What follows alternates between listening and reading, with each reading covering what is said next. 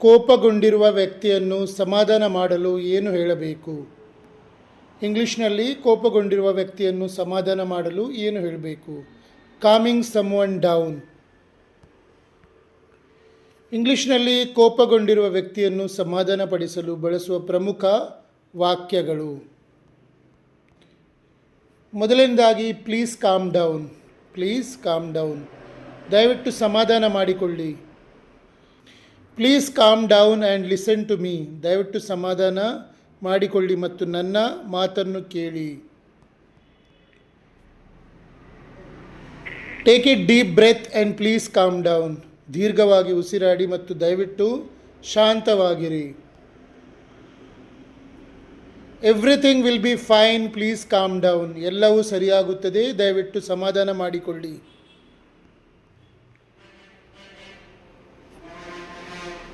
ಎರಡನೇದಾಗಿ take it easy. Take it easy, ನಿಧಾನವಾಗಿ, ತಲೆ ಕೆಡಿಸಿಕೊಳ್ಳಬೇಡಿ, ಹಗುರವಾಗಿ ತೆಗೆದುಕೊಳ್ಳಿ. ಟೇಕ್ ಇಟ್ ಈಸಿ, ನಿಧಾನವಾಗಿ, ತಲೆ ಕೆಡಿಸಿಕೊಳ್ಳಬೇಡಿ, ಹಗುರವಾಗಿ ತೆಗೆದುಕೊಳ್ಳಿ. Don't stress too much, just take it easy, ತುಂಬ ಒತ್ತಡ ತೆಗೆದುಕೊಳ್ಳಬೇಡಿ, ಸುಮ್ಮನೆ ಹಗುರವಾಗಿ ತೆಗೆದುಕೊಳ್ಳಿ. Take it easy, it was just a small mistake, ಪರವಾಗಿಲ್ಲ ಬಿಡಿ, ಅದು ಕೇವಲ ಒಂದು ಸಣ್ಣ ತಪ್ಪಷ್ಟೇ. You are rushing, please take it easy, ನೀವು ತುಂಬ ಅವಸರ ಮಾಡುತ್ತಿದ್ದೀರಿ, ದಯವಿಟ್ಟು ನಿಧಾನಿಸಿ. ಮೂರನೇದಾಗಿ ಡೋಂಟ್ ವರಿ, ಚಿಂತಿಸಬೇಡಿ, ತಲೆ ಕೆಡಿಸಿಕೊಳ್ಳಬೇಡಿ. Don't worry, we can solve this problem, ಚಿಂತಿಸಬೇಡಿ, ನಾವು ಈ ಸಮಸ್ಯೆಯನ್ನು ಬಗೆಹರಿಸಬಹುದು. Don't worry, I am here to help you, ಫಿಕ್ರು ಮಾಡಬೇಡಿ, ನಿಮಗೆ ಸಹಾಯ ಮಾಡಲು ನಾನು ಇಲ್ಲಿದ್ದೇನೆ. It is not a big deal, don't worry, ಅದೇನು ದೊಡ್ಡ ವಿಷಯವಲ್ಲ, ತಲೆ ಕೆಡಿಸಿಕೊಳ್ಳಬೇಡಿ. ಐ ಅಂಡರ್ಸ್ಟ್ಯಾಂಡ್ ಯುವರ್ ಫ್ರಸ್ಟ್ರೇಷನ್, ನಿಮ್ಮ ಕಿರಿಕಿರಿ ನಿರಾಶೆ ನನಗೆ ಅರ್ಥವಾಗುತ್ತದೆ. ಐ ಅಂಡರ್ಸ್ಟ್ಯಾಂಡ್ ಯುವರ್ ಫ್ರಸ್ಟ್ರೇಷನ್, ನಿಮ್ಮ ಕಿರಿಕಿರಿ ನಿರಾಶೆ ನನಗೆ ಅರ್ಥವಾಗುತ್ತದೆ. I understand your frustration, let's fix this together, ನಿಮ್ಮ ಕಿರಿಕಿರಿ ನನಗೆ ಅರ್ಥವಾಗುತ್ತದೆ, ನಾವಿಬ್ಬರು ಸೇರಿ ಇದನ್ನು ಸರಿಪಡಿಸೋಣ.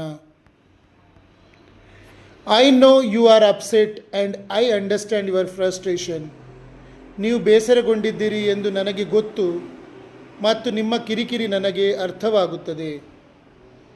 I know you are upset and I understand your frustration, ನೀವು ಬೇಸರಗೊಂಡಿದ್ದೀರಿ ಎಂದು ನನಗೆ ಗೊತ್ತು ಮತ್ತು ನಿಮ್ಮ ಕಿರಿಕಿರಿ ನನಗೆ ಅರ್ಥವಾಗುತ್ತದೆ.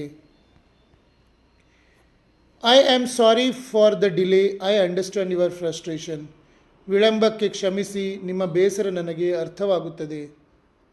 I am sorry for the delay, I understand your frustration, ವಿಳಂಬಕ್ಕೆ ಕ್ಷಮಿಸಿ, ನಿಮ್ಮ ಬೇಸರ ನನಗೆ ಅರ್ಥವಾಗುತ್ತದೆ. ನಿಮಗೆ ನನ್ನ ಟೀಚಿಂಗ್ ಮತ್ತು ರಿಸರ್ಚ್ ಇಷ್ಟವಾದಲ್ಲಿ ನನ್ನ ಪೇಜ್ ಫಾಲೋ ಮಾಡಿ ಮತ್ತು ಶೇರ್ ಮಾಡಿ.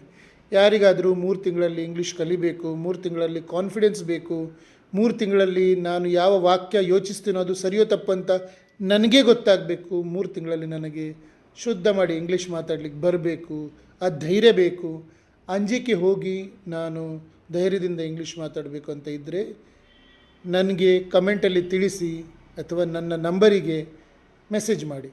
ನನ್ನ ನಂಬರ್ ನನ್ನ ಪೇಜ್ನ ಟೈಟಲಲ್ಲಿ ಇದೆ ನೋಡಿ, ರೋಶ್ನಿ ಕ್ಲಾಸಸ್ ಅಂತ ಎಲ್ಲಿ ಬರೆದಿದ್ದೀವೋ ಅದರ ಕೆಳಗೆ ನಂಬರ್ ಇದೆ.